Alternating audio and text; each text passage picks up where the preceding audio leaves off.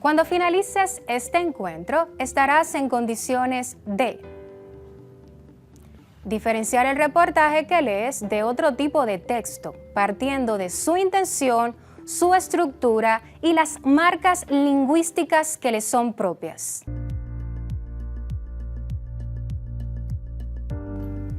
Tal como señalamos en clases anteriores, las figuras literarias o retóricas son esas formas de expresiones que utiliza el hablante dentro del texto para embellecerlo, darle vida y adornarlo con recursos estilísticos. Este tiene como finalidad persuadir y comunicar, es decir, busca convencer a través de diversos recursos y técnicas del lenguaje. Las figuras literarias o retóricas se pueden clasificar según el plano lingüístico en figuras semánticas, figuras morfosintácticas y figuras fonéticas. Por otro lado, según el procedimiento empleado, se denominan figuras de dicción, de pensamiento y figuras de tropos. En la clase anterior analizamos aquellas que se dan a través del procedimiento empleado, ya que en la clase anterior habíamos hablado sobre las del plano lingüístico. Las figuras de dicción son las que cambian las formas de los sonidos de las palabras dentro de la oración. Existen diversas figuras y se clasifican en 4 categorías, pero solo mencionaremos las más importantes según la subdivisión. Por adición de palabras, la sinonimia, el epíteto y la asonancia. Por omisión de palabras, la elipsis y el zeugma. Por repetición, la reduplicación, la concatenación y el polisíndeto. Y por combinación, la similicadencia y el hipérbato. Continuamos con las de repetición de palabras. Estas, como su nombre lo indica, consisten en repetir una misma palabra al inicio de los versos o frases. Siguiendo con la clasificación, procedimos con las de pensamiento y los tropos. Las figuras de pensamiento, las cuales expresan sentimientos, imaginación, se clasifican en descriptivas, que son la prosopografía, la etopeya y la topografía. Las figuras patéticas, que expresan sentimientos y se subdividen en personificación, hipérbole, entre otras. La lógica, esta busca resaltar una idea. Dentro de ellas están la comparación, la antítesis y la paradoja. Para concluir con esta clasificación tenemos las figuras internacionales. Hablamos de la perífrasis, la ironía y el sarcasmo. Por último, analizamos los tropos, que expresan una relación de semejanza con las ideas que el autor quiere proyectar, y para su comprensión analizamos la metáfora, el sinécdoque, la metonimia y el símil o comparación. En el día de hoy trabajaremos con los textos literarios, sus características, tipos, función e importancia, de modo que puedan ser capaces de diferenciar los textos literarios de los no literarios. A propósito del tema que vamos desarrollando, debes tener presente que mientras más leas, más cosas sabrás.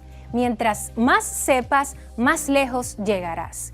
Tal como dijo el escritor y caricaturista Theodor Seuss Geisel. Como ya les dije, hoy trabajaremos el texto literario. Es apropiado mencionar la relación que éste guarda con el lenguaje figurado o las figuras retóricas, ya que el mismo lo utilizamos dentro de los textos literarios para expresar esos sentimientos o emociones y embellecer las ideas a través de diferentes figuras retóricas con la finalidad de captar la atención de nuestro lector. Pero, ¿qué es un texto literario? El texto literario es aquel que en su escrito prioriza la parte estética y poética, dejando a un lado la objetividad y su realidad. Este emprende un estilo subjetivo, permitiendo la creación de escritos utilizando la imaginación y el pensamiento libre. Contienen características específicas de los géneros literarios. Ahora bien, ¿has visto o leído algún texto literario? Sé que sí. Pues ese poema que está en tu cuadernillo, Quisqueya, alguna novela que hayas leído, ese cuento que desde pequeño te leían tus padres, esas fábulas que tu docente con tanto esmero te narraba en las clases, todos esos escritos pertenecen a los textos literarios. El texto literario está formado por 3 tipos, los cuales son el narrativo, el lírico y el dramático. La narrativa es un texto que cuenta un relato de hechos reales o ficticios. Estos pueden suceder en un tiempo específico y un lugar determinado, donde el autor describe los personajes y la trama que se va a desarrollar en la historia. Dentro de ellos está la novela, escrita en tercera persona omnisciente. Te preguntarás, ¿por qué omnisciente? Porque el autor es como Dios, que todo lo sabe y todo lo ve, que tiene el control absoluto de los personajes creados. La narrativa utiliza diversas figuras retóricas y mencionaré algunas de ellas. La metáfora, el símil o comparación, la prosopopeya o personificación, la prosopografía y la onomatopeya. Iniciemos con la metáfora. Esta enriquece la expresividad y transmite ideas complejas en pocas palabras. Es decir, este tipo de figura hace uso del lenguaje figurado para referirse a algo sin mencionar su nombre. Se utiliza mucho en las novelas, también la vemos en los cuentos. Por ejemplo, el sol la mató, el sol de acero, de tan candente al rojo, un rojo que se hizo blanco y sigue allí, sobre el lomo de carretera. Este es un fragmento de cuentos escritos antes del exilio de nuestro Juan Bosch. El símil o comparación, por su parte, consiste en comparar 2 términos distintos. Por ejemplo, la mujer se veía primero como un punto negro, después como una piedra que hubieran dejado sobre la momia larga. A medida que avanzaba, crecía aquello que parecía una piedra tirada en medio de la gran carretera muerta. Crecía, y Kiko se dijo, un becerro, sin duda, estropeado por auto. Este también es tomado de cuentos escritos antes del exilio de nuestro Juan Bosch. Mientras que la prosopopeya, en la narrativa, le atribuye esas cualidades de seres propios a seres inanimados. Te preguntarás, ¿qué son seres inanimados? Pues son seres creados que están en la imaginación, son intangibles, inmateriales. Por ejemplo, se escucha el cantar de la lluvia al caer, atribuyendo la característica humana de cantar a un elemento de la naturaleza, que en este caso es la lluvia. La prosopografía se evidencia en la narrativa para detallar las características físicas de un personaje. Vamos a prestar atención al siguiente ejemplo, donde podrás ver en detalle a qué nos referimos. Su nombre es Dulcinea, su hermosura sobrehumana, sus cabellos son oro, su frente campos elíseos, sus cejas arcos del cielo, sus ojos soles, sus mejillas rosadas, sus labios corales, perlas sus dientes, alabastro su cuello, mármol su pecho, marfil sus manos, su blancura nieve. Este texto fue tomado de El Quijote de nuestro Miguel de Cervantes.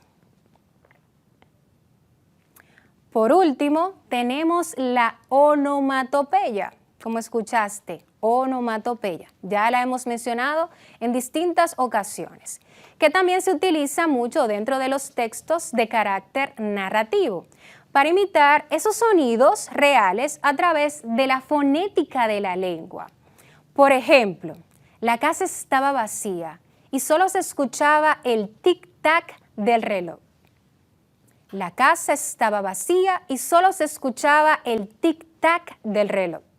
Este sonido, tic-tac, es emitido por un reloj, pero como lo estamos escuchando y diciendo, ya que está dentro del escrito de nuestra oración, estamos haciendo uso de la figura llamada onomatopeya.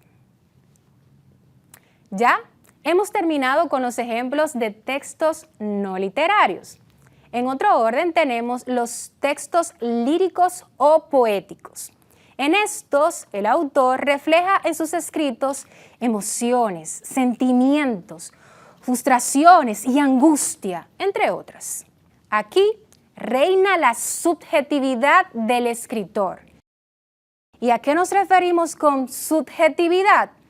Pues es la libertad con la que cuenta un autor para expresar sus pensamientos, todo aquello que siente, que sueña, sin tener lugar, en este caso, la objetividad. Es decir, son hechos no reales, solo lo que él estima que debe ser. Por lo regular se escriben en versos y ocasionalmente en prosa.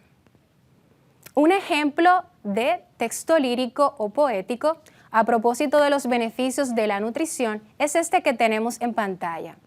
Un nuevo sermón de Adviento. El tramo 5, este es un fragmento. La nutrición salva vidas. Nadie lo puede negar. Debéis todos procurar del enfermo la comida. Se cerrarán las heridas muy pronto y mucho mejor. Y ese poder defensor que tienen los anticuerpos aumentará más, por cierto, si es buena la nutrición. Este es de nuestro Jimmy Barranco Ventura, maestro de la nutriología dominicana, tomado de su libro Espinelas sin espinas, en la página 65. En cuanto al género dramático, el autor plantea diversos conflictos representados a través del diálogo y la actuación de sus personajes. Por ejemplo, una obra de teatro puede estar escrito en verso o en prosa y su finalidad es ser presentado en público. Estas están subdivididas en tres grandes grupos: el drama, la tragedia y la comedia. El drama representa las acciones de los personajes en todos los ámbitos. Nos relata un conflicto que puede ser doloroso, el cual está protagonizado por personajes menos grandiosos que los héroes trágicos de la tragedia, mismos que se asemejan más a la realidad. Ejemplos: Don Álvaro o la fuerza del Sino, del Duque de Rivas, Un soñador para un pueblo, de Antonio Buero Vallejo, entre otros.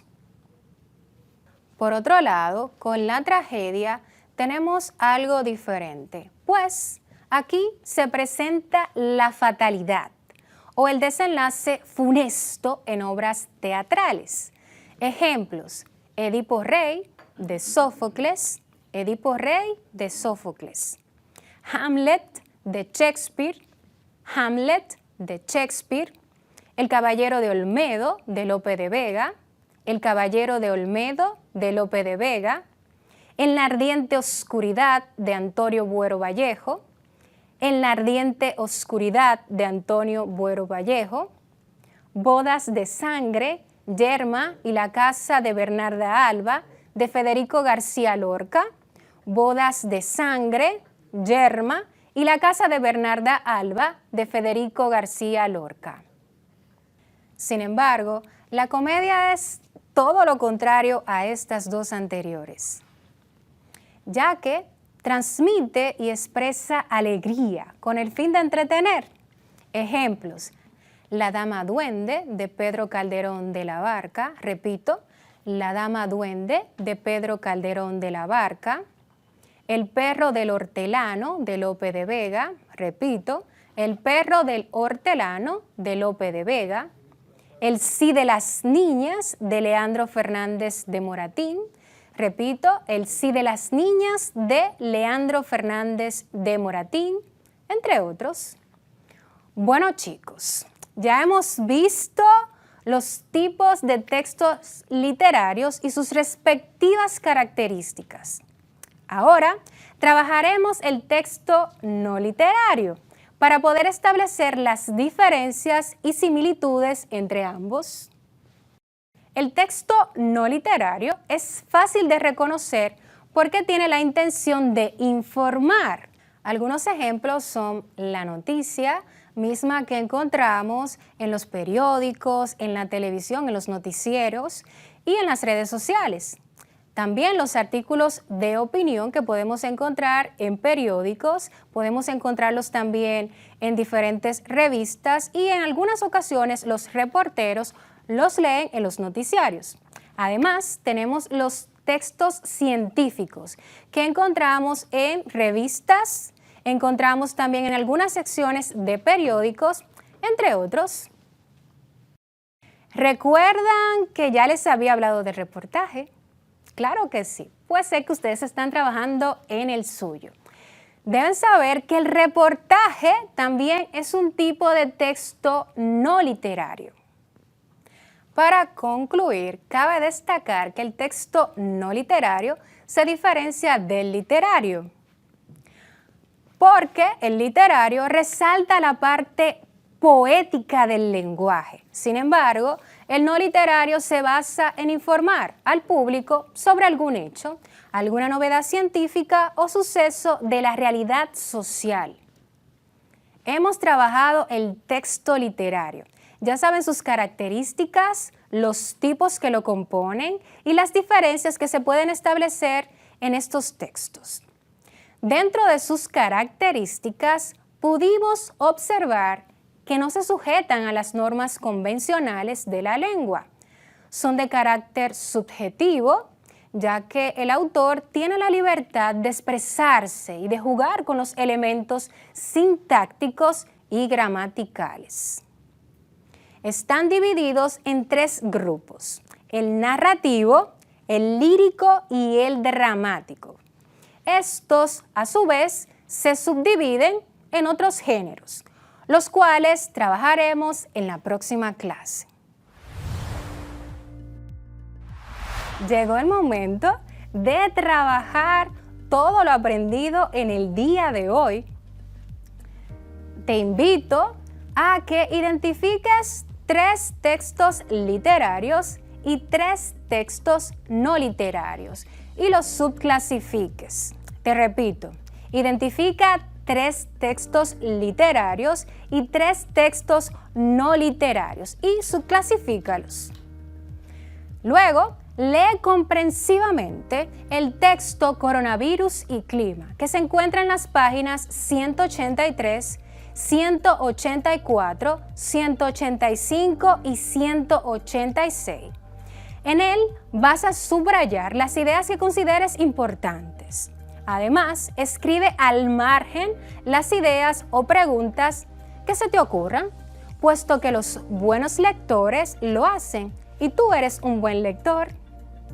Antes de que prosigas con la lectura, te recomiendo que respondas estas preguntas. La primera, ¿hay alguna relación entre la propagación del COVID-19 y el clima? ¿O sabes cuál ha sido el problema de la propagación? Te repito, ¿hay alguna relación entre la propagación del COVID-19 y el clima? ¿O sabes cuál ha sido el problema de la propagación? Segundo, ¿en cuál espacio es mejor estar en este tiempo de pandemia? ¿Al aire libre o en espacios cerrados? ¿En cuál espacio es mejor estar en este tiempo de pandemia? ¿Al aire libre o en espacios cerrados?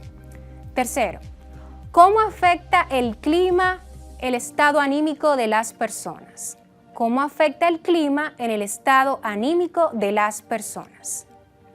Cuarto, y por último, luego de la lectura, realiza las actividades propuestas desde la página 187 hasta la página 192. Luego de la lectura, realiza las actividades propuestas desde la página 187 hasta la página 192. Recuerda que debes reportar todas las asignaciones y las dudas que te surjan y que no logres aclarar a tu docente guía. Te invito a seguir trabajando en tu cuadernillo para fortalecer y afianzar tus conocimientos. Yo soy Ana Paola Félix, tu docente de lengua española de 5º grado de secundaria. Hasta la próxima clase. Bendiciones.